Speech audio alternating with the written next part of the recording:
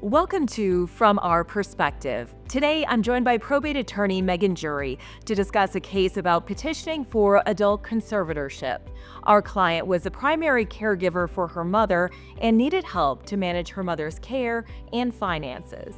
Megan, thank you so much for joining me today. Tell me more about our client and why she needed your help. Of course. So, this was an adult daughter who was the primary caretaker for both of her parents.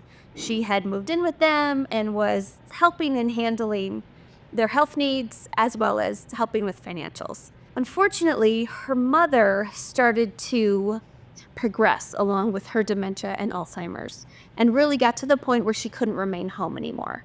She needed 24/7 care and needed to move to a facility. So she came to us because she needed a conservatorship in order to access her mother's funds to be able to pay for and get her admitted to a facility. And did they have power of attorney, and why is that so important in cases like this? Right. They did not, and that's why they had to resort to a conservatorship. So a power of attorney gives you the authority to nominate who you want to help manage your finances in the event you're unable to.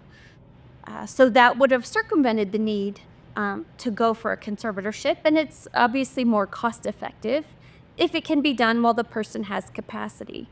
Unfortunately, her mother's disease had progressed enough that she no longer had the mental capacity to nominate a power of attorney.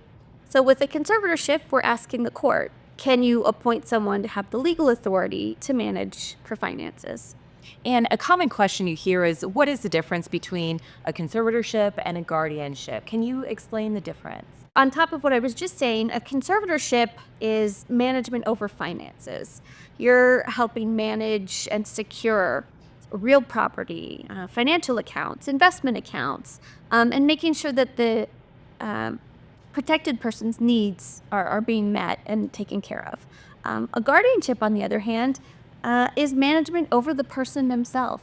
So it's meeting with their care team, sometimes managing medication, getting them to doctor's appointments, meeting with the doctors and care team to make sure that their health needs are being met, as well as deciding on, what's the best living circumstances for them, what's safest environment.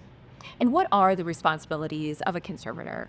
Right. So there are important responsibilities. Obviously, you're being appointed as someone who has legal authority to make financial decisions, to manage the money. So you have a fiduciary obligation to the protected person to manage their funds for them, for their benefit, and in their best interests. So it's an important responsibility, obviously one that the courts take very seriously. You have annual reporting requirements to the court to show that you're meeting your responsibilities and accounting for their funds and how they're being used to ensure that they're being used appropriately and not taken advantage of.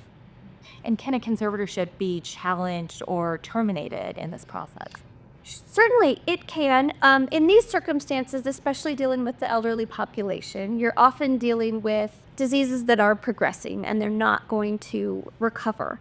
But in some circumstances, you have someone who's in a car accident and maybe needs a temporary conservatorship to help them while they're in the hospital or recovering. But then they get back to a point where they can make their own financial decisions, so they can request the court terminate the conservatorship. Alternatively, in the event that other family members or interested persons feel that the conservator is not acting in the best interest or is maybe using the money for themselves in a way that they shouldn't, they can also petition for removal and appointment of then a successor conservator. And in this case, how were you able to help our client, and what was the outcome? This was great. The whole family was on board and on the same page, working together, wanted to make sure that the wife could be taken care of. The father, he was not in a position to make financial decisions independently for the wife. So it was decided that the daughter would, and her sister was very supportive as well. So the whole family worked together and appeared at the hearing in support of her being the conservator The judge actually complimented the family on how well everyone was working together for the best outcome. So she was appointed as the conservator, was able to get her admitted into the type of facility that she needed by gaining access to some of her individual personal accounts. And these types of cases you handle for the elderly, but that's not the only situation. What should someone know if they're considering petitioning for a conservatorship? I mean, I think it's important to realize the level of responsibility that you're taking on. You're managing their finances for them, and you have to really step away and be able to act in their best interests and look at their financial picture and what their needs are, especially moving into the future, how best to use their funds for their long-term care. An important thing people often ask is, do I have financial responsibility for them if I'm the conservator? And you're not taking on, personal responsibility to have to use your funds to pay their bills. You have to use their funds to pay their bills for them. So that's some of what they should keep in mind. Great advice, Megan. Thank you for sharing your perspective. Of course. Are you worried about a loved one who can't manage their finances anymore? Sometimes adult conservatorship is the best way to protect their interests. Reach out to us for a case assessment on our website or give us a call.